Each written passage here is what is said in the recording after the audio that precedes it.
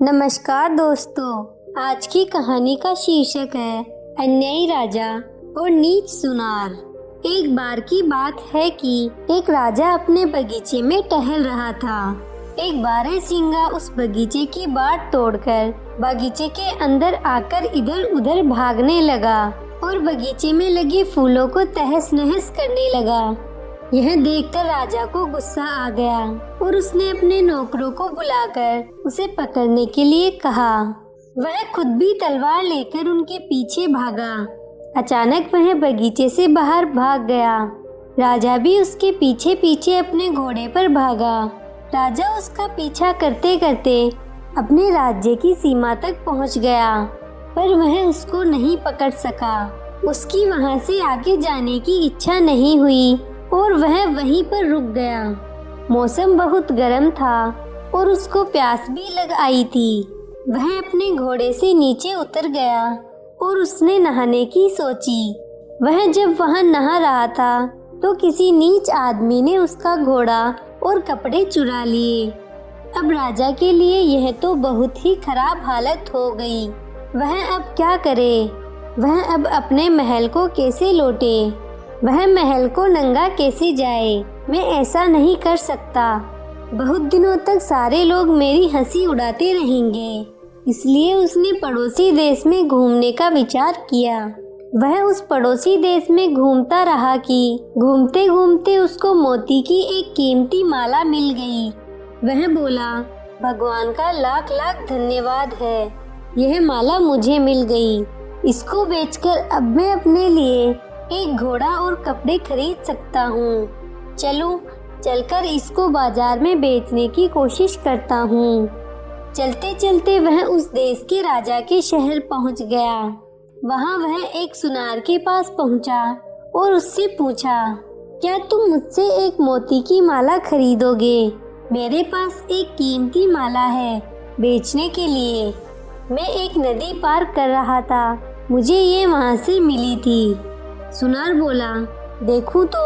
राजा ने वह मोती की माला उसको दिखाई तो वह चिल्लाकर बोला, ओ चोर, इसको तुमने कहाँ से चुराया? मैंने ऐसी 2 मालाएं राजा के लिए बनाई थी, उनमें से एक का पता नहीं चला कि वह कहाँ गई। ओ चोर, तुम जरा राजा के पास चलो तो। ऐसा कहते हुए उसने पुलिस को बुलाया और उससे उसको राजा के पास ले चलने के लिए कहा। तीनों राजा के पास पहुँचे। राजा ने सुनार की शिकायत सुनी और हुक्म दिया कि राजा के दोनों पैर काट दिए जाए।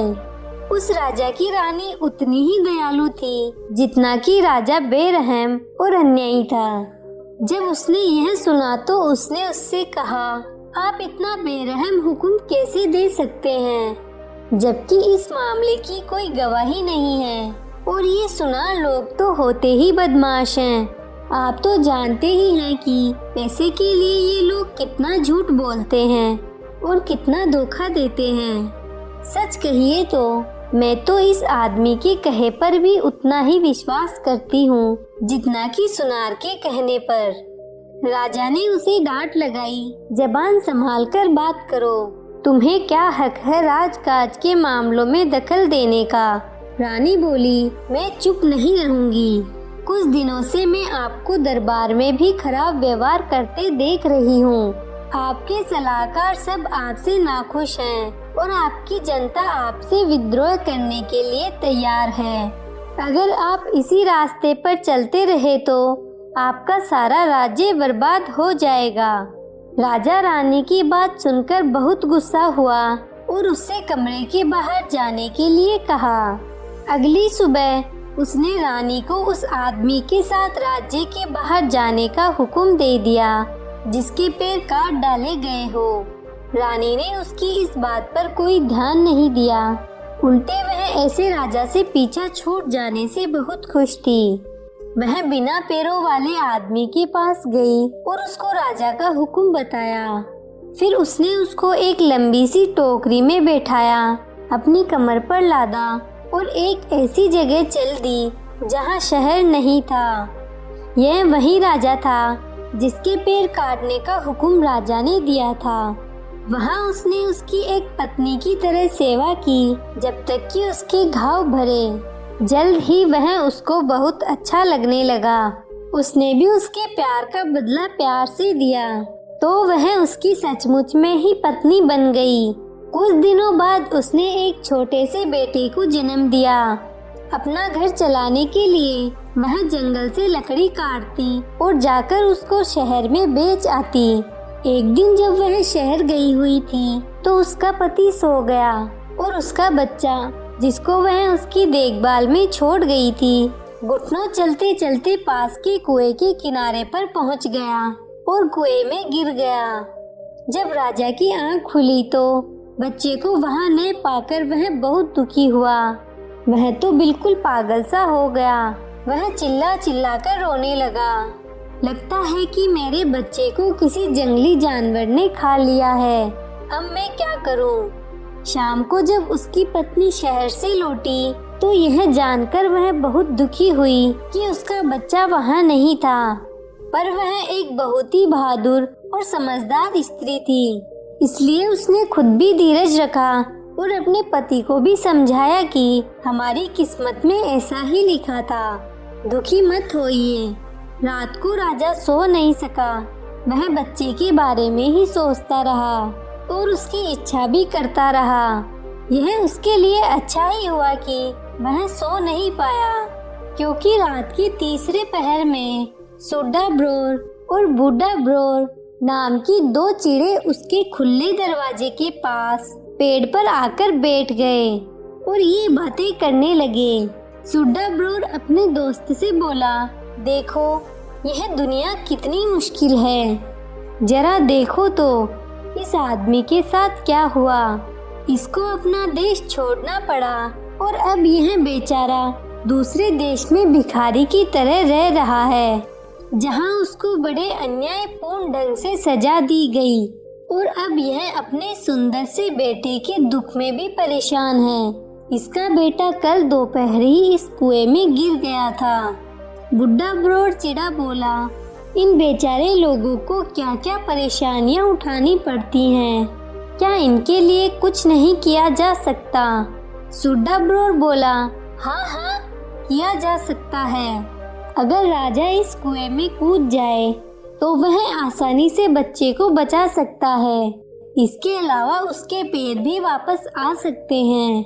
राजा ने उन चिड़ों की बातें सुनी तो उनको सुनकर उसे बड़ा आश्चर्य भी हुआ और खुशी भी हुई। जैसे ही सुबह हुई उसने अपनी पत्नी को जगाया और उसने उससे रात वाली बात बताई और उससे सलाह मांगी। रानी बोली, आप चिड़ों की बात माने और कुएं में कूद जाएं। राजा कुएं में कूद गया, जिससे उसने अपने बच्चे की जान भी बचा ली और अपने पाँव भी वापस पा लिए। इस घटना के बाद राजा को अपना वजीर मिल गया, जो अपने राजा की खोज में इधर उधर मारा फिर रहा था।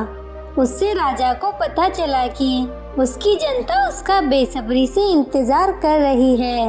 वह अपनी पत्नी और बच्चे के साथ अपने राज्य वापस चला गया। वह फिर से अपनी राजगद्दी पर बैठ गया और पहले की तरह से राज करने लगा।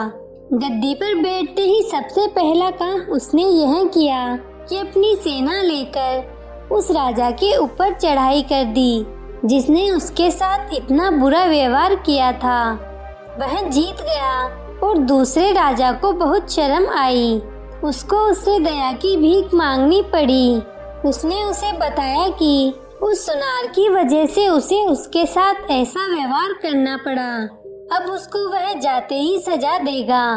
राजा ने उसको माफ कर दिया और उसको छोड़ दिया। उसके बाद सारे राज्य में शांति और खुशी हो गई। राजा उस दूसरे राजा की पत्नी के साथ खुशी खुशी रहा। उसके कई और बच्चे हुए। वह काफी दिनों तक जिंदा रहा। जब बूढ़ा होकर वह मरा तो लोग उसके लिए बहुत रोए। आपको ये कहानी कैसी लगी? नीचे कमेंट करके हमें जरूर बताइएगा। अगर आपको कहानी पसंद आई हो तो अपने दोस्तों के साथ जरूर शेयर करें और ऐसी ही प्यारी कहानियाँ सुनने के लिए हमारे YouTube चैनल को सब्सक्राइब करें। धन्यवाद।